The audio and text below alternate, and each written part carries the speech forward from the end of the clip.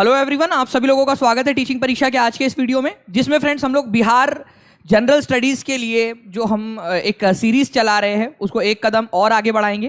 तो जितने भी लोग हमारे साथ में यहाँ पर में जुड़ चुके हैं उन सभी का स्वागत है। सभी को आदाब, नमस्कार, सत श्री अकाल। Ladies and gentleman, boys and girls, आप सभी का स्वागत है। और जैसे कि मैं यहाँ पर मैं देख पा रहा हूँ फ्रेंड कि 500 से भी ज़्यादा बच्चे जो है यहाँ पर में वेट कर रहे थे क्लास का, और कंटिन्यूसली लोग जो है वो जुड़ते जा रहे हैं।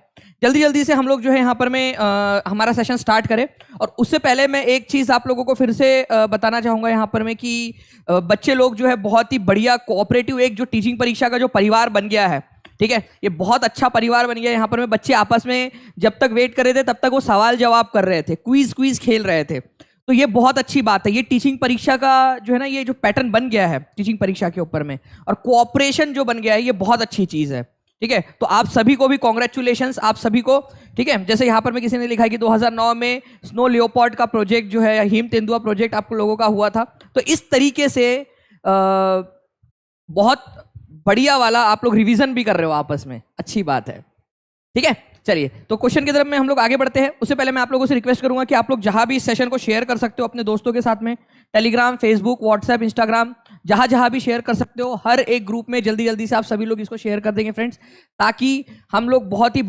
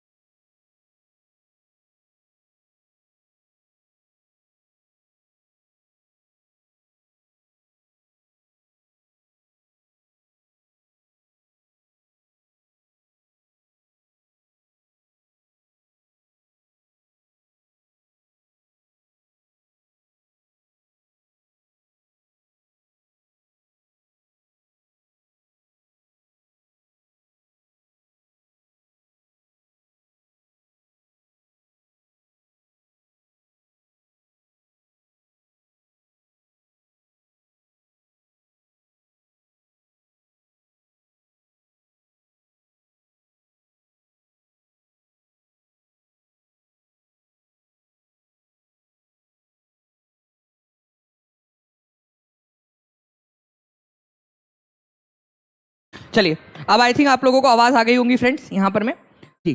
तो मैं आप लोगों से कह रहा था कि अंग्रेजी के एस आकार का जो है कौन सा वाला है, तो अटलांटिक ओशन है आप लोगों का अंग्रेजी के एस आकार का। ये दुनिया का सेकंड नंबर का सबसे बड़ा ओशियन है, दुनिया का सेकंड नंबर का सबसे बड़ा ओशियन है। तो आप लोगों को बताना है कि पहला वाला सबसे बड़ा कौन सा है। ठीक है, तो पहला वाला कौन सा है? प्रशांत महासागर। फर्स्ट नंबर के ऊपर में आता है पैसिफिक ओशियन। सेकंड नंबर के ऊपर में आप लोगों का अटलांटिक महासागर। अच्छा, अटलांटिक महासागर के बारे में एक और चीज याद रखनी है, ये दुनिया का सबसे जो है आप लोगों का बिजीएस्ट है। ठीक है, सबसे ज्यादा बिजी वाला, सबसे बिजी रूट या सबसे बिजी, ठीक है, सबसे बिजी वाला ओशन कौन सा है? यही है आपका। सबसे व्यस्त महासागर कौन सा है? सबसे व्यस्त महासागर तो आपका अटलांटिक महासागर है, सबसे व्यस्त महासागर, ये याद रखना है आप लोगों ने। चलिए, तो बिजीएस्ट ओशियन कौन सा है? लिखो आप लोग कमेंट बॉक्स के अंदर में, सबसे बिजी वाला लिखना है यहां पर में आप लोगों ने, सबसे बिजी वाला। नाउ फ्रेंड्स, निम्नलिखित में से कौन सा वाला जो है कालिदास द्वारा रचित रचना नहीं है? कालिदास जी के बारे में आप लोगों ने कुछ चीजें आप लोगों को पता होनी चाहिए कि कालिदास जी जो है ये चंद्रगुप्त दो जिसको विक्रम आदित्य भी कहा जाता है, उसके समकालीन थे। विक्रम आदित्य नाम का जो राजा था, चंद्रगुप्त विक्रमादित्य, गुप्ता वंश का, ठीक है, उसके समय काल के थे। इन्होंने अपनी रचनाएं संस्कृत भाषा में की है। ये भी पूछा गया था एक एग्जाम के अंदर में, कौन सी भाषा में लिखते थे ये, तो संस्कृत भाषा में लिखते थे। ठीक है, ज्यादातर जो है वो प्रेम प्रसंग उन्होंने लिखे हैं। एक इनकी कहानी है मेघदूत, जिसके अंदर में बादल जो है वो व्हाट्सएप का काम कर रहे हैं। मेरे बाबू ने थाना थाया, वो दो लोग हैं, ठीक है, उन लोगों को अलग कर दिया उनके मम्मी पापा ने, दो प्रेमियों को। तो वो बादल को बोल रहा है कि मेरा मैसेज पहुंचा दे, मेरे बाबू ने थाना थाया। बादल जा रहा है यहाँ पर में, बादल को भी कोई काम धंधे नहीं है। बादल इधर गया, फिर वो पूछ रहा है इधर में, वो बोरी हाथ था लिया, मेरे बाबू ने थाना थाया, फिर वो बादल इधर जा रहा है। मतलब बादल को कोई दूसरे काम धंधे नहीं है मेघदूत के अंदर में, मेघदूत, ठीक है, वो बादल इधर उधर कर रहा है मैसेजेस, ठीक है, मैसेज को इधर उधर कर रहा है वो, कोई और दूसरे काम धंधे नहीं है। तो ये कालिदास जी सोच सकते थे, हम सोचेंगे ऐसे कि भाई बादल को बना के भेजेंगे करके इधर में। तो अभिज्ञान शकुंतलम, ठीक है, रघुवंश और मेघदूत, ये इनकी रचना है। राज तरंगनी जो है इनकी रचना नहीं है। राज तरंगनी किसकी रचना है, ये आप लोग बताइए मेरे को। राज तरंगिणी किसकी रचना है? ये आप लोगों का आंसर हो जाएगा, ये कालिदास जी की रचना नहीं है। किसकी है राज तरंगिणी? राज तरंगिणी ये कल्हन की रचना है। किसकी है? कल्हन। बोलो सभी लोग, कल्हन। कल्हन जो है ये कहाँ के थे? ये कश्मीर के थे, कश्मीर के, कश्मीर के, ठीक है। काश्मीर की कली हूं मैं, मुझसे ना रूठो बाबूजी, ठीक है, वो गाना आया था ना, वैसा वाला। कश्मीर की राज तरंगिणी, ठीक है। तो कल्हन जो है फ्रेंड्स, ये याद रखना है आप लोगों ने। इन्होंने कश्मीर के राजाओं का क्रिटिकल एनालिसिस किया है इसके अंदर में, राज तरंगिणी में। जो भी कश्मीर का राजा हुआ है उनकी बुराई की है कि ये राजा ऐसा था, वो राजा वैसा था, मतलब आलोचनात्मक विवरण आपको दिया है। कतई सासू माँ टाइप का हो रखा था कल्हन जो है आपका, ठीक है, कि हर बहू में सिर्फ बुराई दिखती थी उसको। तो हर राजा में बुराई दिखी, हर राजा की बुराइयां लिखी उसके अंदर में कि क्या था क्या नहीं था, ऐसा किया वैसा किया। तो क्रिटिकल एनालिसिस, आलोचनात्मक विवरण जो है कल्हन ने राज तरंगिणी के अंदर में दिया है क्श्मीर के राजाओं के बारे में। तो पहला पॉइंट जो यूपी सुपर टेट में पूछा था, राज तरंगिणी किसने लिखी है? तो कल्हन ने लिखी है। दूसरा क्वेश्चन जो DSSB के अंदर में आया था आप लोगों का, एक सुपर टेट का बता दिया, एक DSSB का बता देता हूं कि कौन से राज्य के बारे में उन्होंने विवरण दिया राजाओं के बारे में, तो कश्मीर के राजाओं के बारे में दिया है। तो ये याद रखेंगे आप सभी लोग। नेक्स्ट क्वेश्चन की तरफ में आगे बढ़ते हैं हम लोग। यहाँ पर में इसका आंसर तो डी हो जाएगा आप लोगों का। अच्छा, इस क्वेश्चन का आंसर जिसने कर डाला उसकी लाइफ झिंगा लाला।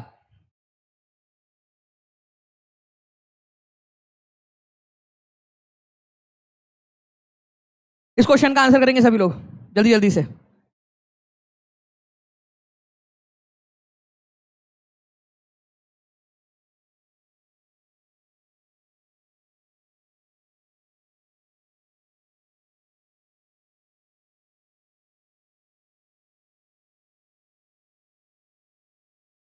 बहुत बढ़िया फ्रेंड्स, देखिए आप लोगों के यहाँ पर में आंसर्स भी आने स्टार्ट हो गए हैं, ठीक है।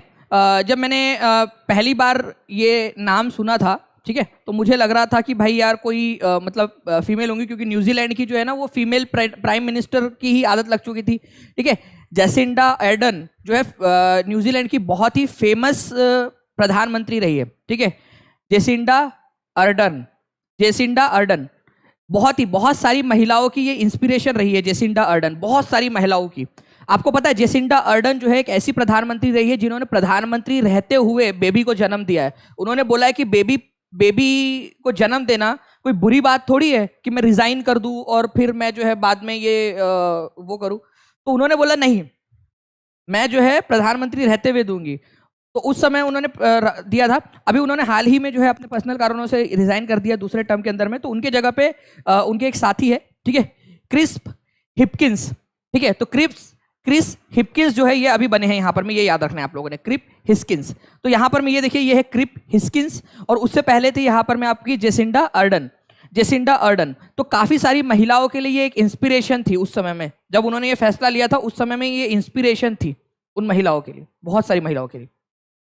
तो जेसिंडा अर्डन की जगह पे क्रिप्स हिस्किंस जो है फ्रेंड्स, ये याद रखना है आप लोगों ने, न्यूजीलैंड के प्रधानमंत्री बने हैं। न्यूजीलैंड के जेसिंडा अर्डन की जगह पे क्रिस हिपकिंस कितनेवें नंबर के प्रधानमंत्री बने हैं? तो ये भी याद रखना है आप लोगों ने, 41वें नंबर के, ठीक है, 41वें नंबर के प्रधानमंत्री बने हैं। किसके जगह पे बने हैं? तो जेसिंडा अर्डन की जगह पे बने हैं, जेसिंडा अर्डन की जगह पे, ठीक है। ये याद रखना है आप लोगों ने, इंपॉर्टेंट पॉइंट है आप लोगों का, ठीक है। चलिए आगे बढ़ने से पहले फ्रेंड्स मैं आप लोगों को बता दूं कि आजादी का अमृत महोत्सव जो है आप लोगों का चल रहा है। कल 15 अगस्त है और 15 अगस्त के ऊपर में आप लोगों के फ्रेंड DSSB का एक जो नया कोर्स है आपका, जो काफी समय से काफी सारे बच्चे डिमांड कर रहे थे, DSSB PRT 2023 का कोर्स जो है आप लोगों का friends heavy discount up to 75% off है आपका आजादी का जो हमारा अमृत महोत्सव है उसके अवसर पे, ठीक है। और DSSB PRT, DSSB TGT SST के साथ में और social science, maths and science के साथ में DSSB का जनरल पेपर भी है आप लोगों का, जो जनरल पेपर होता है पेपर नंबर 1, वो भी आप लोग उसके लिए भी कर सकते हो। यूपी PET के लिए जितने भी लोग कर रहे हैं पढ़ाई, यूपी PET के लिए उसका भी कोर्स आ रहा है आप लोगों का, ठीक है। तो उसके लिए भी आप लोग जो है कर सकते हो। बाकी कोई भी जानकारी चाहिए आप लोगों को तो 7611 7611 101 101 या फिर 9697 888 444 इस नंबर पे कॉल करके आप लोग जानकारी ले सकते हो, ठीक है। ये आप लोगों का इंडिपेंडेंस डे सेल के बारे में हो गया। आगे बढ़ते हैं हम लोग यहाँ पर में नेक्स्ट क्वेश्चन की तरफ में। हमारे आप लोगों को बताना है कि 1764 में ईस्ट इंडिया कंपनी और नवाबों और मुगल साम्राज्य की संयुक्त सेना के बीच कौन सी लड़ाई लड़ी गई थी? 1764 की बात है, इंपॉर्टेंट, 1764, ठीक है, बात है 1764 की। उसके बाद में बताना है कि किसके किसके बीच में हुई थी, ईस्ट इंडिया कंपनी वर्सेस, ठीक है, वर्सेस इधर साइड में कौन कौन थे, मुगल मुगल एम्पेरर थे, मुगल एम्पेरर मतलब मुगल बादशाह, प्लस बंगाल के नवाब थे और अवध के नवाब थे, अवध के नवाब, बंगाल के नवाब और अवध के नवाब, ये तीनों ने एक साथ लड़ाई लड़ी थी ईस्ट इंडिया कंपनी के खिलाफ। तो ये लड़ाई थी बक्सर की लड़ाई, जिसमें जो है ईस्ट इंडिया कंपनी जीत गई और ये तीनों के तीनों हार गए थे, तीनों की सेना हार गई थी। तो 1764 में कौन सी लड़ाई हुई थी, बक्सर की लड़ाई हुई थी, ये याद रखना है आप लोगों ने। बात करें यहां पर में फ्रेंड्स हम लोग दूसरी वाली, ठीक है, अगर हम लोग यहाँ पर मैं बात करें, जी हाँ, बिहार का जो एस्टेट की एग्जाम है वो भी आप लोगों का बहुत जल्दी उसके लिए भी करेंगे, ठीक है। तो यहाँ पर मैं आप लोग देखिए कि बैटल ऑफ हल्दी घाटी की बात करूं फ्रेंड्स आप लोगों से मैं, तो ये अकबर की सेना, ठीक है, अकबर वर्सेस, ठीक है, यहाँ पर मैं महाराणा प्रताप की सेना के बीच में हुआ था, ठीक है, अकबर और महाराणा प्रताप की सेना के बीच में। पानीपत का युद्ध की बात करूं फ्रेंड्स मैं आप लोगों से, तो पानीपत के 3 युद्ध हुए हैं। पानीपत का पहला युद्ध जो है वो बाबर और इब्राहिम लोधी के बीच में हुआ था 1526 में। पानीपत का दूसरा युद्ध जो है आप लोगों का ये हुआ था अकबर और हेमू के बीच में। और पानीपत का तीसरा जो युद्ध हुआ था वो हुआ था मराठा और अफगान शासक अहमद शाह अब्दाली के बीच में, ठीक है। तो पानीपत के 3 अलग अलग युद्ध हुए हैं। नेक्स्ट क्वेश्चन की तरफ में हम लोग आगे बढ़ते हैं फ्रेंड्स आप लोगों के। Permanent settlement was introduced by, स्थायी बंदोबस्त व्यवस्था प्रारंभ की गई थी किसके द्वारा। लाइक एंड शेयर करते रहेंगे फ्रेंड्स सभी लोग जल्दी जल्दी से, जितने भी लोग देख रहे हैं, और जिन्होंने भी टीचिंग परीक्षा चैनल को सब्सक्राइब नहीं किया वो टीचिंग परीक्षा चैनल को सब्सक्राइब भी कर लेंगे जल्दी जल्दी से।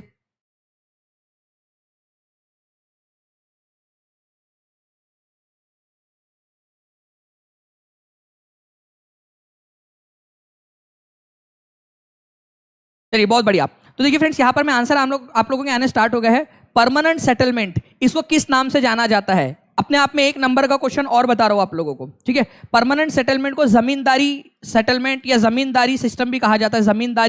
जमींदारी सिस्टम इसको कहते हैं क्योंकि इसमें जमींदार जो नवाब या राजा या तालुकदार जो लोग हुआ करते थे उनको जमींदार बना दिया गया था, जमीन का मालिक बना दिया गया था। बोला गया था कि आपको यहाँ से रेंट हमको लाकर देना है किसानों से वसूल करके, ठीक है। जमींदारी सिस्टम भी इसको बोलते हैं।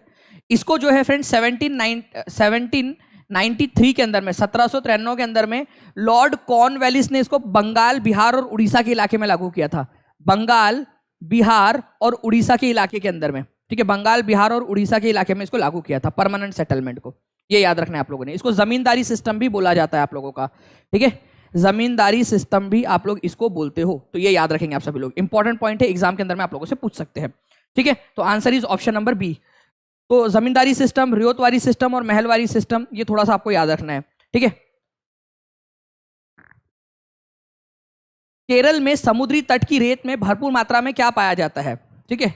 केरल के अंदर में, हमारे भारत में जो यहाँ पर में केरल का तट है, यहाँ पर आप लोगों को बहुत मात्रा के अंदर में क्या मिलेगा, कैल्शियम, रेडियम, थोरियम, मैंगनीज, क्या मिलेगा आप लोगों को। तो आपको जो है फ्रेंड्स केरल की समुद्री तट की रेत के अंदर में आप लोगों को बहुत सारा थोरियम मिलेगा। थोरियम, ये बड़ा इंटरेस्टिंग सा फैक्ट है। थोरियम हमारे केरल के तट की रेत में मिलता है, ठीक है, थोरियम मिलता है, थोरियम, ये याद रखेंगे आप सभी लोग। तो आप लोग देखिए कि न्यूक्लियर पावर प्लांट के अंदर में, जो न्यूक्लियर पावर प्लांट है उसमें आप लोग न्यूक्लियर एनर्जी से पानी को गर्म करके फिर आप टरबाइन पर छोड़ते हो ताकि इलेक्ट्रिसिटी प्रोड्यूस हो। तो पानी को गर्म करने के लिए वहां पर में न्यूक्लियर एनर्जी का मतलब जो रेडियो एक्टिव एलिमेंट्स होते हैं उनको तोड़कर, ठीक है, उनको उसका जो है विखंडन करके ऊर्जा प्रोड्यूस की जाती है। तो रेडियो एक्टिव एलिमेंट्स जैसे यूरेनियम हो जाए, थोरियम हो जाए, उनकी जरूरत पड़ती है nuclear energy, nuclear power plant के अंदर में बिजली पैदा करने के लिए, ठीक है। न्यूक्लियर फिशन जिसको बोलते हैं, नाभिकीय विखंडन। तो आपका यूरेनियम या थोरियम उसमें लगता है। तो हमारे पास में यूरेनियम उतना ज़्यादा है नहीं, हमारे पास में थोरियम बहुत अच्छी खासी मात्रा में मिल जाता है केरल के तट पर, ये आप लोगों को याद रखना है। तो थोरियम जो है आप लोगों का, ठीक है, केरल के तट के ऊपर में मोनोजाइट सैंड है, वहाँ पर में केरल के अंदर में मोनोजाइट नाम की सैंड है, बालू है, ठीक है, रेत है, उसके अंदर में आपको थोरियम मिलता है। तो थोरियम हम लोगों को मिल जाता यहाँ पर में, थोरियम केरल के तट के अंदर में, थोरियम याद रखना है आप लोगों ने। थोरियम क्या है, एक रेडियो एक्टिव एलिमेंट है, रेडियो एक्टिव एलिमेंट, ठीक है, ये याद रखना है आप लोगों ने। रेडियो एक्टिव एलिमेंट एक ऐसा एलिमेंट होता है जो अपने आप में से एनर्जी को लूज करता रहता है, ठीक है, हर कुछ समय के बाद में वो आधा आधा आधा आधा होता जाता है, ठीक है, कभी खत्म नहीं होता लेकिन आधा आधा होता जाता है। वन अनुसंधान संस्थान कहाँ पर में स्थित है, एक एग्जाम का एक्चुअल क्वेश्चन आप लोगों का, ठीक है, वन अनुसंधान का रोशन राज जी बिल्कुल करेंगे, लेकिन एक बार जो है जल्दी से सभी लोग शेयर कर देंगे तो मैं फिर कल वगैरह आप लोगों के लिए एक बड़ी वाली क्लास ले दूँ। सर आपने एनसीटी को फ़ोन किया था, सर प्लीज़ कीजिए। जी हाँ, बिल्कुल मैंने जो है सैटरडे को किया था और आज भी मैं अभी करूँगा आप लोगों की क्लास के बाद में उनको एनसीटी को फ़ोन और उनसे जानने की कोशिश करूँगा कि वो लोग क्या कर रहे हैं करके। ज़रूर करूँगा मैं एनसीटी को फ़ोन। मैंने पेड क्लास वाले बच्चों को सुनाया भी था रिकॉर्डिंग मैंने कि सैटरडे के दिन जब मैंने कॉल किया उनको तो उन्होंने कहा था कि मंडे के दिन ही अवेलेबल हो पाएंगे। तो आज मैं उन लोगों से पूछकर जानकारी लेने की कोशिश करूँगा, ठीक है। मैंने जो है फ्रेंड्स जो बीटीसी पक्ष के वकील थे, ठीक है, कपिल सिब्बल, उनसे भी बात करने की कोशिश की थी, बट उन्होंने कुछ भी कहने से मतलब इसके ऊपर कमेंट देने से मना कर दिया था क्योंकि कोर्ट का मामला है और सरकार उसके अंदर में कुछ कर सकती है, तो उन्होंने उसके लिए अंदर में मना कर दिया था, ठीक है। और परमजीत सिंह पटवालिया जो थे वो तो उसके ऊपर में उन्होंने भी कोई रिस्पॉन्स नहीं किया क्योंकि वो तो हार गए थे केस इस वजह से।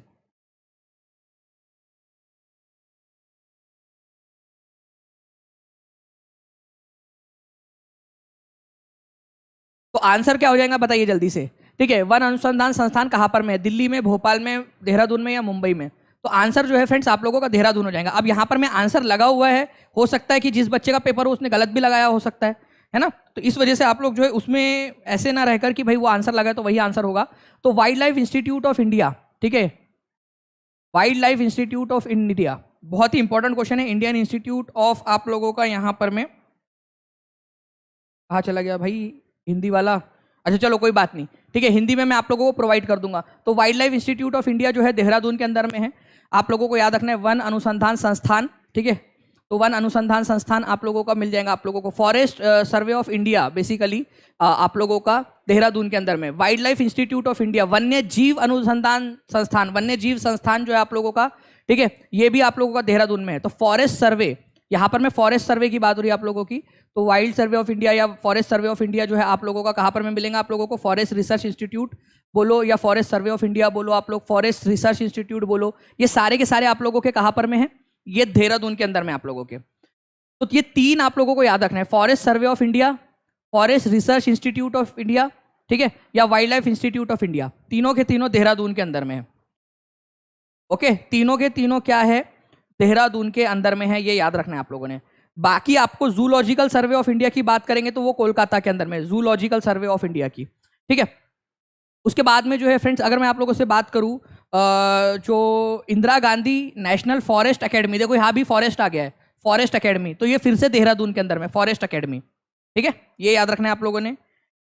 इसके बाद में जो है फ्रेंड्स आप लोगों का नेशनल राइस रिसर्च इंस्टीट्यूट है, NRRI, नेशनल राइस, ठीक है। चावल अगर आप खाओगे, चावल उठाओ, चावल उठाओ और कच्चे चावल खा लो और चबाओ, गाय की तरह चबाओ, कैसी आवाज आएंगी? अरे कैसी आवाज आएंगी बताओ जल्दी से, बताइए। चावल उठाया आपने, ठीक है, और आपने खा लिया तो कैसी आवाज आएंगी आप लोगों की?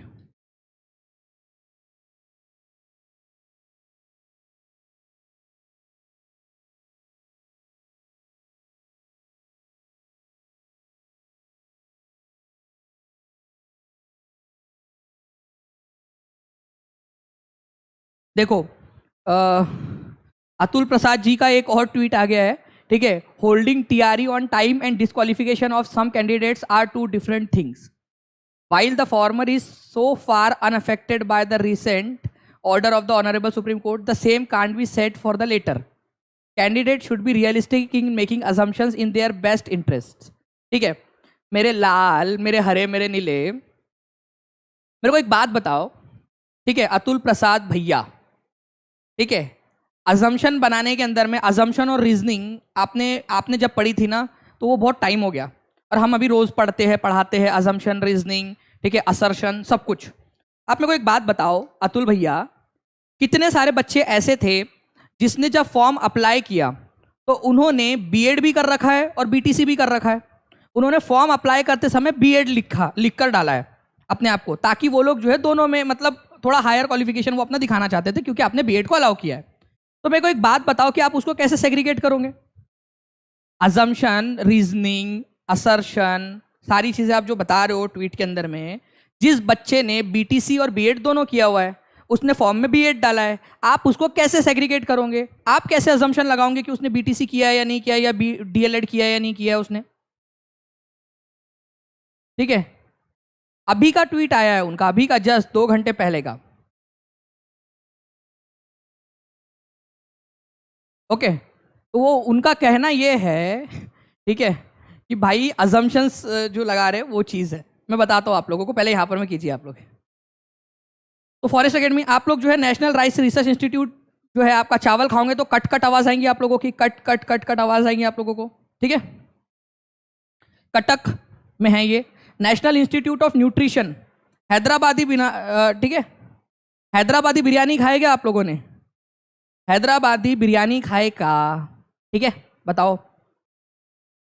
नाम सुना होगा ना हैदराबादी बिरयानी। ऐसा इमेजिन कर लो कि भाई बिरयानी के अंदर में बहुत सारा न्यूट्रिशन होता है करके, ऐसा इमेजिन कर लो आप लोग, बस इमेजिन कर लो। National Institute of Nutrition Hyderabad के अंदर में, हैदराबादी बिरयानी के नाम पे उसको लगा दिया आप लोगों ने, ठीक है। चलिए, ये मैं आप लोगों के साथ में जो है फ्रेंड दानिश शेख जो टेलीग्राम ग्रुप है उसके अंदर में शेयर कर दूंगा आपके साथ में पूरा दानिश शेख, क्योंकि ये पूरी लिस्ट वो है जिसके ऊपर में क्वेश्चन बने थे।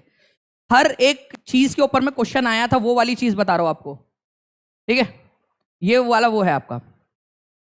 उत्तर भारतीय मैदानों की दलदली पट्टी को किस नाम से जाना जाता है? ये क्वेश्चन भी बढ़िया है, बताइए जल्दी से। हाँ, ऐसे याद रख लो भाई। मैं आप लोगों से पूछूंगा नेशनल इंस्टीट्यूट ऑफ न्यूट्रिशन कहां पर में है, आपके दिमाग में डायरेक्ट बिरयानी आनी चाहिए। बिरयानी, बिरयानी, हैदराबाद की बिरयानी, न्यूट्रिशन का सेंटर वही खोल लो भाई, वहीं पे बिरयानी है,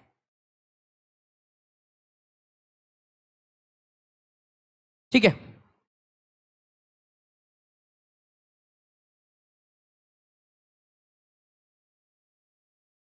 ठीक है, तो उत्तर भारतीय मैदानों की दलदली पट्टी को किस नाम से जाना जाता है? तो देखो ध्यान से समझना फ्रेंड्स, हमारे भारत के अंदर में, ठीक है, जो यहाँ पर में हिमालय है, आप लोगों को पता है 3 श्रेणियां हिमालय की। तो हिमालय के जस्ट नीचे में, ठीक है, हिमालय के जस्ट नीचे में आप लोगों का क्या है, यहाँ पर में आप लोगों का, ठीक है, एक क्षेत्र है। फिर उसके बाद में नीचे में एक क्षेत्र है आप लोगों का, उसको अलग नाम से जाना जाता है इधर में। और फिर यहाँ पर में आप लोगों की एलुवियल मिट्टी है, यहाँ पर में आप लोगों की एलुवियल या जलोढ़ मिट्टी है। तो आप लोगों को बता दूं, हिमालय से जस्ट नीचे उतरोगे तो भाबर आपको क्षेत्र मिलेगा, भाबर, जहां पथरीली भूमि है, पथरीली भूमि। फिर थोड़ा सा और आगे जाओगे तो यहां पर में दलदली भूमि मिलेगी। यहां पर में पथरीली भूमि क्यों है? लॉजिकल सोचो आप लोग, पथरीली भूमि क्यों है यहां पर में?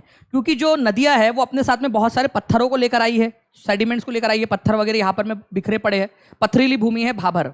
फिर उसके बाद में थोड़ा आगे जाओगे तो क्या होता है, पत्थर खत्म हो जाते हैं, पानी फिर से जो है आपका सतह के ऊपर में आ जाता है, नहीं तो अदरवाइज पानी पत्थरों के बीच में से बहता है, तो दलदली भूमि यहाँ बन नहीं पाती। तो दलदली भूमि कहाँ बनती है? तराई का क्षेत्र आप लोगों को बनता है भाभर के बाद में। और फिर बाद में जो है आप लोगों का यहाँ पर में एलुवियल सॉइल बनती है, एलुवियल सॉइल, जलोढ़ मिट्टी, ठीक है, नदियों में बाढ़ आने के कारण। तो हिमालय, फिर भाभर है, भाभर जो है पथरीली भूमि है, और तराई जो है दलदली भूमि है। तो आप लोगों से क्या बोला है, उत्तर भारतीय मैदानों की जो दलदली भूमि है, उत्तर भारतीय मैदानों की दलदली भूमि, उसको किस नाम से जाना जाता है? तो उसको तराई के नाम से जाना जाता है, ये याद रखना है। और जो पथरीली भूमि है उत्तर भारतीय मैदान की, उसको किस नाम से जाना जाता है? जल्दी से बताइए आप लोग, जल्दी बताइए। उत्तर भारतीय मैदान के, इसको बता दीजिए क्या होता है। मैं बताता हूँ आकांक्षा, पूरा बताता हूँ यहाँ पर मैं, पहले यहाँ पर हम लोग इसको कर लेते हैं, ओके जी, गुड।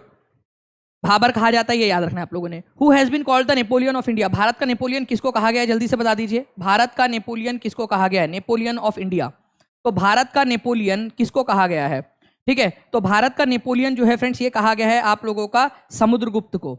नेपोलियन, नेपोलियन कहाँ का राजा था? जनरल नॉलेज का क्वेश्चन आप लोगों का, नेपोलियन कहाँ का राजा था? जल्दी बताओ, चलो। नेपोलियन कौन से देश का राजा था? ठीक है, नेपोलियन कौन से देश का राजा था? ये तो समुद्रगुप्त तो चलो 4वीं और 5वीं शताब्दी में जो गुप्ता साम्राज्य था उसका राजा था, ये मतलब आज से करीब 1500-1600 साल पहले की बात है। नेपोलियन जो है फ्रेंड्स, ये आपको याद रखना है, ठीक है। आप लोगों का 18वीं, 18th एंड 19th सेंचुरी के, 18th सेंचुरी के लास्ट में और 19th सेंचुरी की शुरुआत में फ्रांस का राजा था। फ्रांस का पहले जनरल था, वहाँ का सैनिक था, फिर सेनापति बना, फिर बाद में राजा बना, ठीक है। तो नेपोलियन बड़ा ही महान था, बहुत सारी युद्ध उसने जीते थे, बिल्कुल वैसे ही समुद्रगुप्त ने भी किया था। तो ठीक है, V.A. स्मिथ नाम के एक इतिहासकार थे, उन्होंने समुद्रगुप्त की तुलना नेपोलियन से की है, बोले कि नेपोलियन जैसे, समुद्रगुप्त और नेपोलियन एक जैसे ही थे। जबकि समुद्रगुप्त पहले आया तो नेपोलियन को जो है यूरोप का या फ्रांस का समुद्रगुप्त बोलना चाहिए? तो आंसर हो जाएगा समुद्रगुप्त। नेक्स्ट क्वेश्चन फ्रेंड्स आप लोगों का, आपको बताना है which of the following tiger reserve is in Odisha. कौन सा वाला टाइगर रिजर्व जो है यहाँ पर में उड़ीसा के अंदर में आपका?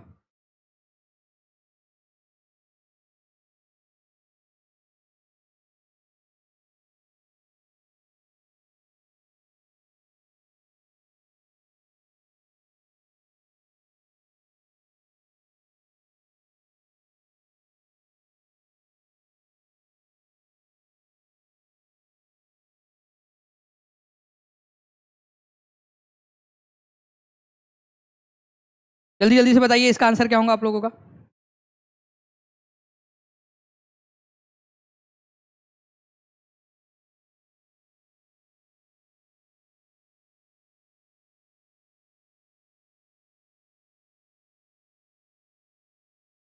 बहुत खूब। देखिए फ्रेंड्स, मैं आप लोगों को ना पूरे के पूरे बताता हूँ। सतकोशिया टाइगर रिजर्व की बात करेंगे हम लोग यहाँ पर में, ठीक है। सतकोशिया टाइगर रिजर्व ये उड़ीसा के अंदर में है, सतकोशिया उड़ीसा के अंदर में, ठीक है।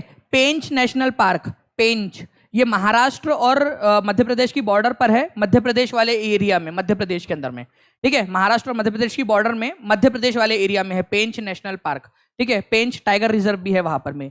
दम्फा नेशनल जो टाइगर रिजर्व है वो है मिजोरम के अंदर में, ठीक है। दम्फा, कान्हा मध्य प्रदेश के अंदर में आप लोगों का, नागार्जुन सागर श्रीसाइलम टाइगर रिजर्व, ठीक है। नागार्जुन सागर श्रीसाइलम टाइगर रिजर्व आंध्र प्रदेश के अंदर में आप लोगों का, नाम धापा अरुणाचल प्रदेश के अंदर में है, और पक्के टाइगर रिजर्व भी आप लोगों को अरुणाचल प्रदेश के अंदर में है। मानस, ओरांग और नामेरी, ठीक है। मानस, ओरांग और नामेरी आपका आसाम के अंदर में, मानस, ओराम और नामेरी। तो यहाँ पर मैं अगर मैं बात करूँ आप लोगों से फ्रेंड्स, इस पर्टिकुलर पॉइंट की अगर मैं आप लोगों से बात करूँ, तो आप लोगों से पूछा गया था इस क्वेश्चन के अंदर में कौन सा वाला उड़ीसा के अंदर में है, तो सतकोशिया जो है आप लोगों का यहाँ पर में है, ठीक है। उसके बाद में आप लोगों से दम्फा की बात करेंगे तो मिजोरम के अंदर में आप लोगों को, और कान्हा की बात करेंगे तो मध्य प्रदेश के अंदर में। तो कान्हा, ठीक है, टाइगर रिजर्व, और कान्हा जो है टाइगर जो आप लोगों का संरक्षित क्षेत्र है आप लोगों का मध्य प्रदेश में है, कान्हा, ठीक है। और दम्फा जो है आप लोगों का ये आपका मिजोरम के अंदर में, मिजोरम में, ठीक है। दम्पा, दम्पा, मिजोरम, दम्पा, ठीक है। चलिए,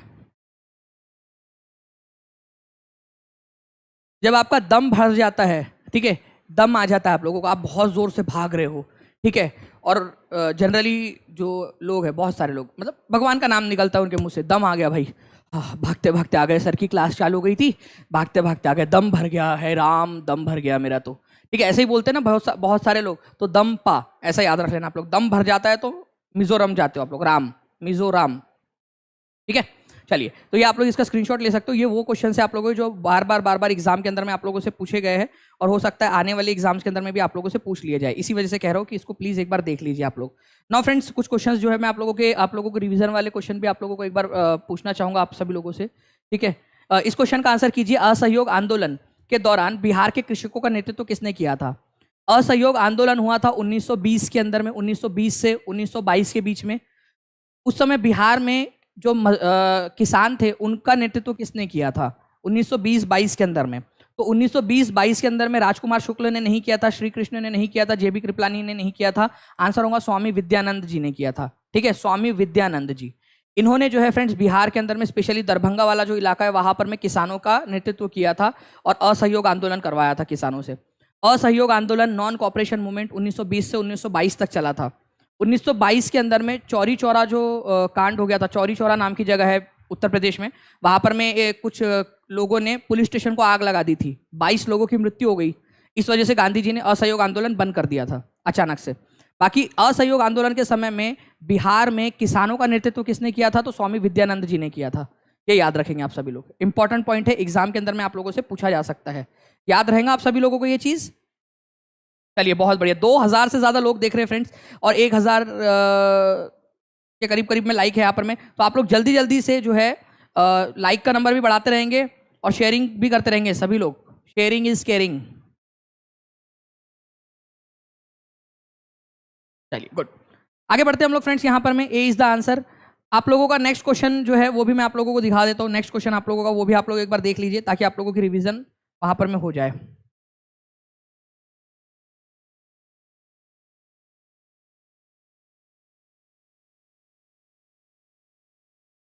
निम्नलिखित में से कौन लगातार 6 वर्ष तक जो है भारतीय राष्ट्रीय कांग्रेस के प्रेसिडेंट थे और कौन से साल में वो बने थे और कौन से साल तक रहे, ये भी आप लोग बता दो यार, इतना खर्चा हो ही गया है मालिक, तो आंसर कर ही दो इसका।